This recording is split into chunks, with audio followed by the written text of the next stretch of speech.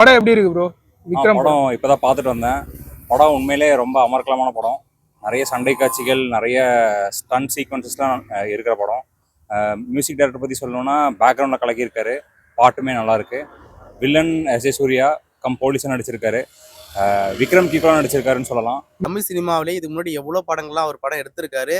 தன்னை தானே வருத்திக்கிட்டு நிறைய படங்கள் பார்த்தா நடிச்சிருக்காரு. ஆனால் அசுர வளர்ச்சிக்கு பார்த்தனாக்கா இதில் இருக்குங்க.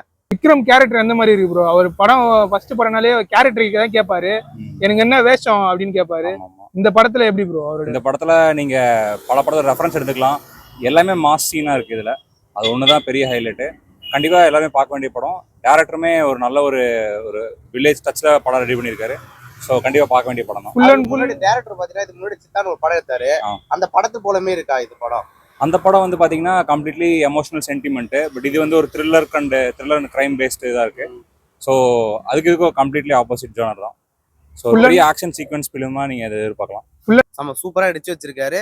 ஸோ இந்த படத்துல ஜிவி பிரகாஷ் மியூசிக் பார்த்தீங்கன்னாக்கா ஸோ ஹைலைட்டு நம்ம சொல்லலாம். இதில் ஒரு சாங்ஸ் ஒன்று வரும்.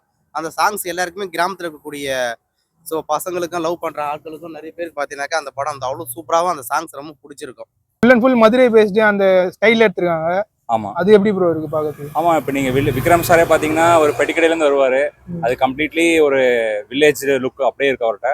அதான் ஒரு கம்ப்ளீட்லி ஒரு வார் பேஸ்டு மூவி மாதிரி தெரியுது. ஆமா, இப்போ பொதுவாக பார்த்தீங்கன்னா ஃபர்ஸ்ட் பார்ட் ரிலீஸ் பண்ணுறதா செகண்ட் பார்ட் ரிலீஸ் பண்ணுவாங்க.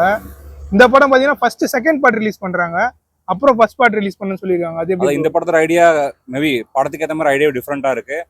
பார்ட் 1க்கு வெயிட்டிங் சீரியஸா. Part 1 SA. சூர்யா எப்படி நடிச்சிருக்காரு? எஸ்.ஜே. சூர்யாவா? இது ஜென்ரலாக எல்லா படத்துலேயும் அந்த நடிக்கிறது தானே. வில்லனாக போட்டால் அவரோட கேரக்டரை அவர் 100% பர்ஃபெக்டாக பண்ணிடுவார். அது ஒரு கோவம், காமெடி எல்லாமே கலந்த ஒரு ஆக்டிங் கொடுப்பாரு அவர். ஸோ அது நம்மளுக்கு பிடிச்சிடும் பார்த்தாலே. அவர் முன்னாடி ஏதோ பெருசாக பண்ணிவிட்டு இப்போ அமைதியாக போலீஸுக்காக வேலை பார்க்குற மாதிரி அந்த மாதிரி தான் ஜேனரில் இருந்தது. தெரியல, நல்லாயிருக்கும். விக்ரம் பார்த்தீங்கன்னா ஒரு படத்துக்கும் பயங்கரமாக உடம்பு ஏற்றுறதான் சரி, இறக்கதான் சரி, கேரக்டர் பார்த்தீங்கன்னா பயங்கரமாக உயிரை கொடுத்து நடிப்பார். அது அவரோட டெடிகேஷன். நம்ம அவர்